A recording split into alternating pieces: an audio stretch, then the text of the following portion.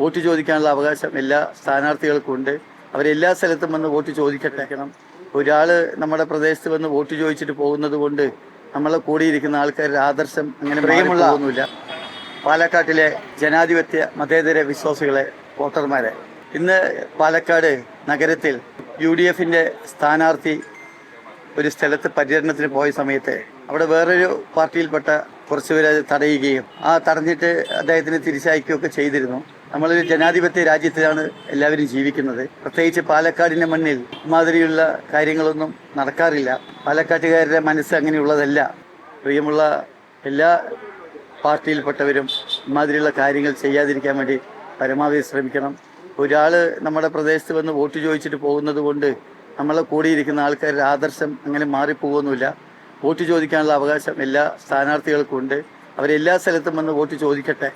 അതുകൊണ്ട് നിങ്ങളിൽ ഏത് പാർട്ടിയുടെ ആൾക്കാർക്കും അവരുടേതായ ഒരു ആദർശങ്ങൾ ഉണ്ടാകുമ്പോൾ അവർ ആദർശങ്ങളിൽ നിൽക്കുക.